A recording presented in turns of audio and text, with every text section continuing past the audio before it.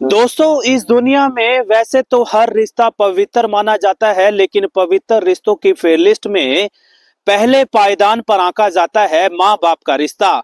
क्योंकि दोस्तों, माँ बाप के रिश्ते में ना तो कोई स्वार्थ नजर आता है, ना ही कोई लोभ लालच होता है। और माँ बाप अपने बच्चे का भविष्य सुनहरा करने के लिए एडी चोटी का जोर लगा देते हैं। माँ जहां 9 महीने अपने बच्चे को कोख में पालती है, वहीं दूसरी तरफ पिता जी तोड़ मेहनत करता है ताकि अपने बच्चे का भविष्य बेहतर कर सके, सुनहरा कर सके। लेकिन दोस्तों, दूसरी तरफ बच्चा कई दफा अपने माँ बाप की उम्मीदों पर खरा नहीं उतर पाता, और कई दफा कारण कुछ और भी होते हैं जिन वजह से माँ बाप की उम्मीदों पर वो बच्चा खरा नहीं उतरता। लेकिन दोस्तों, सोच करके देखिएगा कि वही माँ बाप जिन्होंने बच्चे के जन्म पर ढेर सारे सपने संजोए थे, वही माँ बाप जिन्होंने अपने बच्चे को बड़ी उम्मीदों से लालन पालन किया था, वही बच्चा तड़फ तड़फ कर अपने माँ बाप की आंखों के सामने इस दुनिया से रुखसत हो जाए, तो दोस्तों आप लोग क्या कहेंगे? वही माँ बाप जो कि अपने बच्चे को खुली आंखों से मरता हुआ देखें, तो यकीनन हर किसी की आंखें नम हो जाएंगी। दोस्तों, आज की हमारी किस्सा कहानी को देखने और सुनने के बाद यकीनन आप लोगों को भी सोचने पर मजबूर होना पड़ेगा। आप लोग भी कहेंगे कि किसी भी माँ बाप को परम पिता परमेश्वर वो दिन ना देखने दे। दोस्तों, जुड़े रहिएगा आज की किस्सा कहानी के साथ। मैं हूं आपका अपना सुशील कश्यप, हरियाणा से। तमाम लोगों का हाथ जोड़कर, सर झुकाकर के स्वागत, अभिनंदन, इस्तकबाल आज की एक और नई किस्सा कहानी में। मैं हूं आपका अपना सुशील कश्यप, हरियाणा से। और दोस्तों, आज की जो हमारी किस्सा कहानी है वो मात्र किस्सा कहानी नहीं बल्कि सच्ची किस्सा कहानी है। एक घटना है जिसको सुनने के बाद यकीनन आपका भी दिल पसीज जाएगा। उत्तर प्रदेश का एक शहर पड़ता है गाजियाबाद, और उसी गाजियाबाद के अंतर्गत एक कॉलोनी का रहने वाला एक परिवार में मुखिया के तौर पर चंद्रपाल चंद्रपाल का परिवार एक छोटा परिवार है, जिसमें उसकी पत्नी और इकलौता बेटा विनय विनय दरअसल नाबालिग है, जिसकी उम्र तकरीबन 13 से 14 साल रही होगी। मैं बात कर रहा हूं 2013 की। और दोस्तों, उसी 2013 में होनी को कुछ और मंजूर था, और इकलौता बेटा विनय चौथी मंजिल से अचानक से गिर पड़ा, और गिरने के बाद बहुत बुरी तरीके से घायल हो गया। और उसको घायल अवस्था में नजदीक पड़ोस के लोगों ने आनन फानन में हॉस्पिटल में पहुंचाया तो जरूर, लेकिन दोस्तों लाख कोशिशों के बाद भी पूरी तरीके से डॉक्टर्स की टीम विनय को ठीक नहीं कर पाई।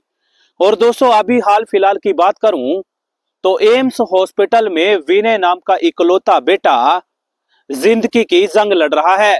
यानी कि तकरीबन 13 साल होने के बाद भी विनय बहुत तरीके से सही नहीं हो पाया और जिंदगी के साथ जूझ रहा है, यानी कि लाइफ सपोर्ट पर जिंदा है। और दोस्तों, अभी फिलहाल वो मामला, ये किस्सा कहानी खूब ज्यादा वायरल है, और जानकारी जुटाने पर मालूम चला कि डॉक्टर्स की टीम ने स्पष्ट लहजे में कह दिया कि उसको इस दर्दनाक हालात में अब ज्यादा दिन रख नहीं पाएंगे। यानी कि लाख कोशिशों के बाद भी एम्स डॉक्टर्स की टीम विनय को पूरी तरीके से ठीक करने में विफल साबित हुई, और उसके बाद उन्होंने साफ कह दिया कि लाइफ सपोर्ट को हटाकर इसको इस दुनिया से जाना ही बेहतर होगा।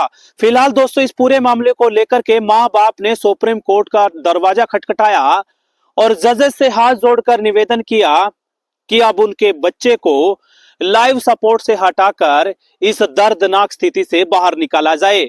वही माँ बाप जिन्होंने बच्चे के जन्म पर ढोल नगाड़े बजाकर, मिठाइयां बांटकर खुशी का इजहार किया था, तमाम तरीके के सपने संजोए थे, और दूसरी तरफ पिता ने भी जी तोड़ मेहनत करी थी ताकि बच्चा जो है किसी मंजिल मुकाम पर पहुंचेगा, उनका भी फकर से सीना चौड़ा कर देगा। लेकिन दोस्तों, देखिएगा व्यवस्था का परिवर्तन, समय का फेर। वही माँ बाप हाथ जोड़कर जजेस से अपने बच्चे की लाइफ सपोर्ट हटाने का निवेदन कर रहे हैं, यानी कि इच्छा से मृत्यु का निवेदन किया है। फिलहाल दोस्तों, ये मामला, ये किस्सा कहानी देश दुनिया के हर गांव गली नुक्कड़ चौराहे की ब्रेकिंग न्यूज बन चुकी है। नुक्कड़ गली चौराहा पर बैठे हुए लोग, खास तौर पर पिता और बच्चे, सोचने पर मजबूर है अब आप लोग पूरी किस्सा कहानी को जान ही चुके हैं। बताइएगा कमेंट बॉक्स में आपकी क्या प्रतिक्रिया है। खास तौर पर वो बच्चे और माँ बाप जो छोटी मोटी मनमुटाव को लेकर के दूरियां बना लेते हैं, उनके लिए यकीनन ये घटना सबक साबित होगी, यकीनन सोचने पर मजबूर कर देने वाली होगी। दोस्तों मुझे दीजिएगा इजाजत, फिर हाजिर होऊंगा लेकर के एक और नई घटना कहानी। अपना ख्याल रखें, अपने माँ बाप का मान सत्कार करें और दोस्तों जल्दबाजी में कोई भी फैसला ना लें, क्योंकि कहा भी जाता है जल्दबाजी में फैसले अक्सर गलत ही लिए जाते हैं। मुझे दीजिएगा इजाजत, फिर हाजिर होऊंगा। तब तक अपना ख्याल रखें, बहुत सारा अपना ध्यान रखें और हमारे सपोर्ट सहयोग के इरादे से, मकसद से हमें कमेंट लाइक शेयर करते रहिएगा, क्योंकि दोस्तों लाइक्स कमेंट शेयर करने से हमें मिलेगा तो कुछ नहीं, लेकिन हौसला हिम्मत जरूर मिलेगी और हौसला और हिम्मत कभी कम नहीं होनी चाहिए।